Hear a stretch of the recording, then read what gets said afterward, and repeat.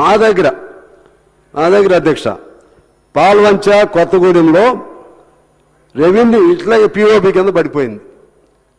మేము చాలా మొత్తుకున్న పాత రాజశేఖర రెడ్డి గారు ఉన్నప్పటి నుంచి జరుగుతుంది. 76 జీవో అని ఉంటుంది మా కొత్తగూడెం. అంటే సింగరేణి మొత్తానికి కూడా తెలుసు, సింగరేణి ఎమ్మెల్యేస్ ఉంటే తెలుసు. 76 జీవో అంటే మీకు కూడా తెలుసు సార్. అది 76 జీవో అంటే ఏంటంటే సింగరేణి ల్యాండ్స్ని మామూలు వాళ్ళు ఉంటే దాన్ని రెగ్యులైజ్ చేయటం. అది తప్పే ఉందండి రాజశేఖర రెడ్డి గారి కాలం నుంచి. అది ఎందుకు చేయరు? ఇప్పుడు డబ్బులు వస్తాయి కదా మీకు, అది డబ్బులు వస్తాయి. అసైన్మెంట్ భూమిని తీసుకుంటే డబ్బులు వస్తాయి, ఎల్ఆర్ఎస్ చేస్తే డబ్బులు వస్తాయి, అనేక ఉన్నాయి కదా డబ్బులు వచ్చేది.